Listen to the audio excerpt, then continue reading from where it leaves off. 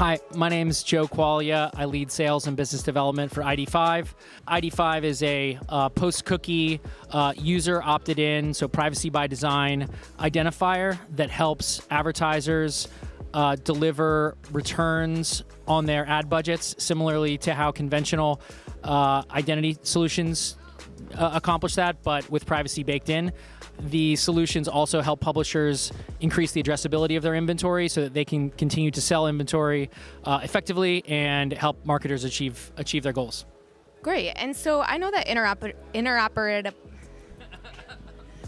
That's the hardest part about the question, just saying the word interoperability. That's going to be in the outtakes.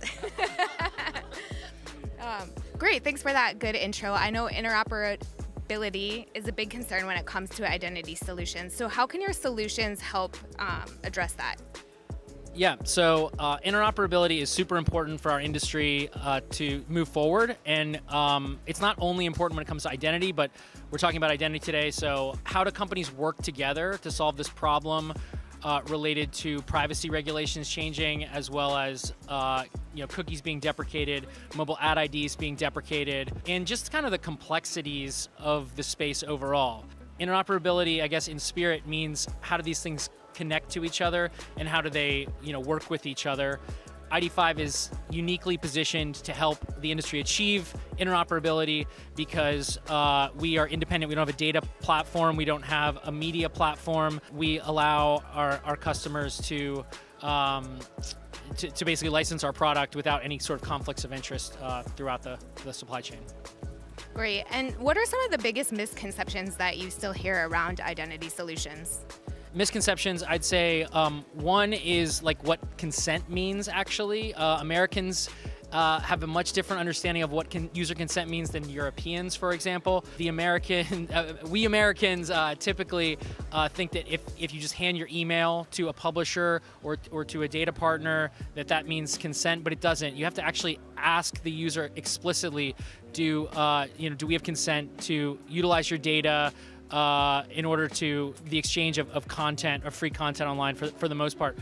That's one misconception. I'd say another one throughout the industry is that when we're trying to replace cookies or we're trying to replace mobile ad IDs, all we're really thinking about is targeting. So you see a lot of the marketing that's done around identifiers just think about solving the problem of targeting an audience or retargeting from a brand website. That's not the only thing that cookies and mobile ad IDs have helped us achieve.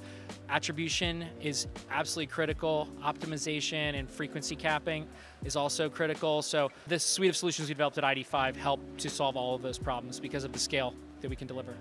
Yeah, that's great. I think you make some really good points as to why it's so important. And so I think that, with so many identity solutions on the market, what do you tell advertisers and publishers looking to evaluate the right solution for them? Yeah, great question. It's probably unlikely that there's going to be this one end-all, be-all solution that just accomplishes everything for identity, for forever, for the future of the internet.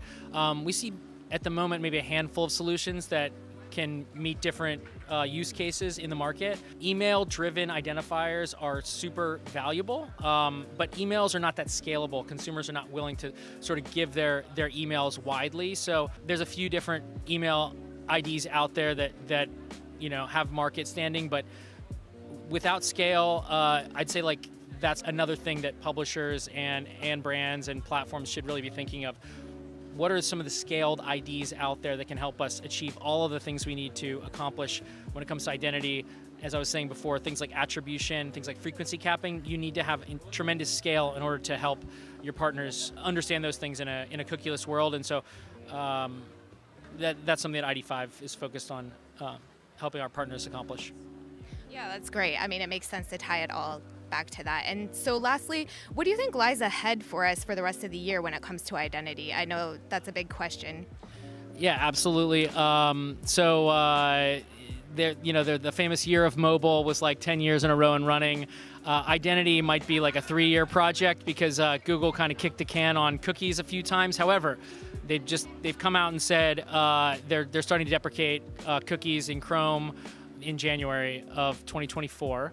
With like 50%, I think, of users being phased out of cookies by like the middle of 2024. So I think right now, real time, there's contracts being signed and meetings being had about like deals that need to happen, or proof of concepts that need to run now, so that strategies are completely baked a year from now when there's really measurable, significant inventory that's going to just vanish without a sort of next generation solution in play. So I think that the second half of 2023 is going to be very, very focused on either running proof of concepts or really baking a final strategy that companies can feel confident about heading into 2024. Great answer. That'll be here before we know it. Thanks for taking a few minutes to talk with us. My pleasure. Thank you.